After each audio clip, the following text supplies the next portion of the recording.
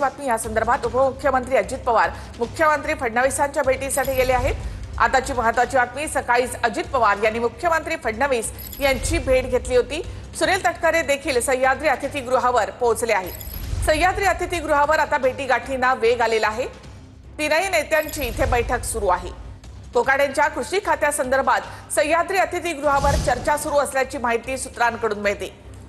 अधिक माहिती आपण घेऊयात आमचे प्रतिनिधी विनायक डावरुंग यांच्याकडून। विनायक, सह्याद्री अतिथीगृहावर सध्या काय सुरू आहे?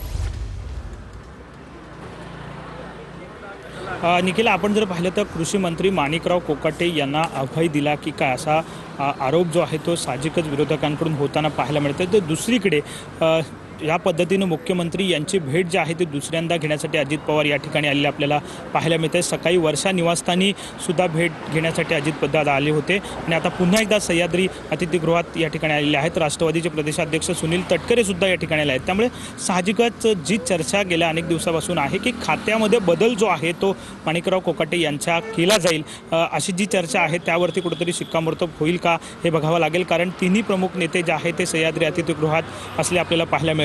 कालची एक अपडेट आपण जर पाहिले तर काल अचानक मुख्यमंत्र्यांनी राज्यपालांची सुद्धा भेट घेतलेली आपल्याला पाहायला मिळाली होती आणि त्यानंतर आता सकाळी अजितदादा 2 वेळा मुख्यमंत्र्यांकडे आलेले आहेत। त्यामुळे कुठेतरी अजितदादा सुद्धा खाते बदल करण्यावरती ठाम असल्याची चर्चा जी आहे ती गेल्या काही दिवसापासून आपल्याला पाहायला मिळाली होती। कारण रोष जो आहे तो विरोधकांचा असेल किंवा स्वतः जनता सुद्धा राज्यातली कृषी मंत्री माणिकराव कोकाटे यांच्यावरती व्यक्त करताना पाहायला मिळतात। वादग्रस्त विधानं असतील, रमी खेळण्याचा व्हिडिओ असेल, या सगळ्या बाबीवरती आता नेमक्या या 3 प्रमुख नेत्यांमध्ये काय चर्चा होते, खातं बदल केलं जातं का हे बघावं लागेल।